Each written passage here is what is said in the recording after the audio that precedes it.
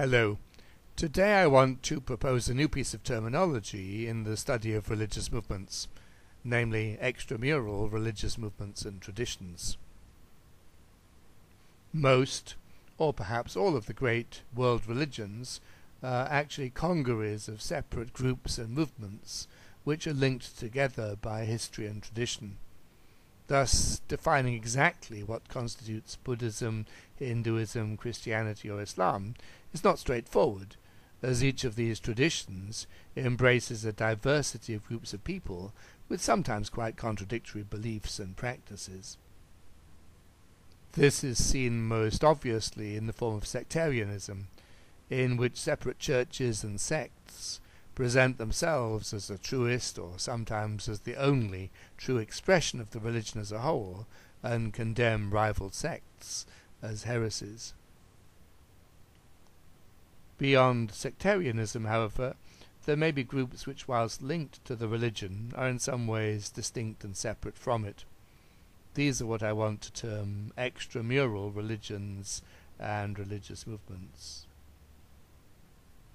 Thus, in Christianity, objective observers find it easy to see Eastern Orthodoxy, Roman Catholicism, and the various mainstream Protestant churches as belonging to the same family, no matter how bitter the divisions between these groups may have been in the past. But these observers may be less sure whether to include groups such as the Church of Latter-day Saints, the Mormons, Unitarianism, Christian Science, and the Jehovah's Witnesses within the Christian fold. These groups may describe themselves as Christian, but they are sufficiently different from the mainstream churches as to seem to require a separate designation. Although they are related to the Christian tradition, that relationship is complex and distant. How to categorize such groups and movements? One term that has been used in the academic study of the history of religions has been marginal, as for example in David Barrett's otherwise excellent World Christian Encyclopedia, where he categorizes the Mormons and others as marginal Protestants. For me, at least, this term seems judgmental, implicitly devaluing these groups, implying that they are insignificant, unimportant, and perhaps inferior. From the standpoint of the central tradition of the religion, of course, then perhaps they are. But if we are to understand such groups and movements more objectively and creatively, then an alternative term is needed, hence my suggestion of extramural, literally beyond the walls. Just as with real city walls, conceptual walls are created to separate off those who live within them from those outside. They are communal boundary markers. Those within the walls are part of the defined community and are subject to its laws. Those outside the walls are not.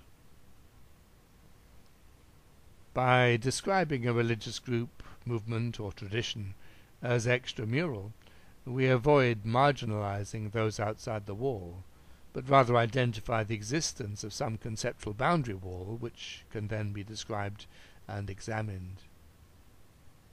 Just as with real walls, these conceptual barriers are historical creations. We can analyze their development and try to identify the reasons for their construction. What were the historical circumstances of their construction? What issues were involved?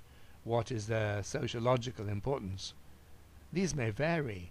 Both Unitarianism and Christian Science emerged out of the Protestant religious tradition, but they did so at very different times and for different reasons.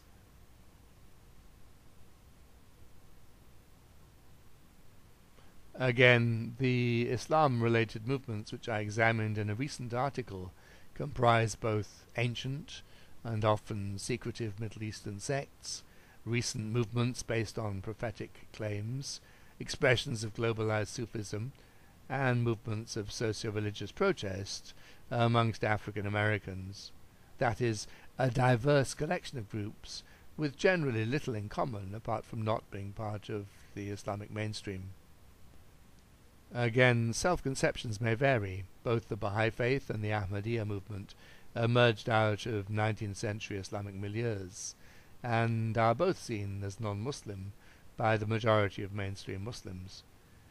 But whilst the Ahmadiyyas have staunchly maintained their Islamic identity, the Baha'is have happily come to embrace a separate identity, expressing their respect for Islam, but proclaiming their separateness as an independent world religion.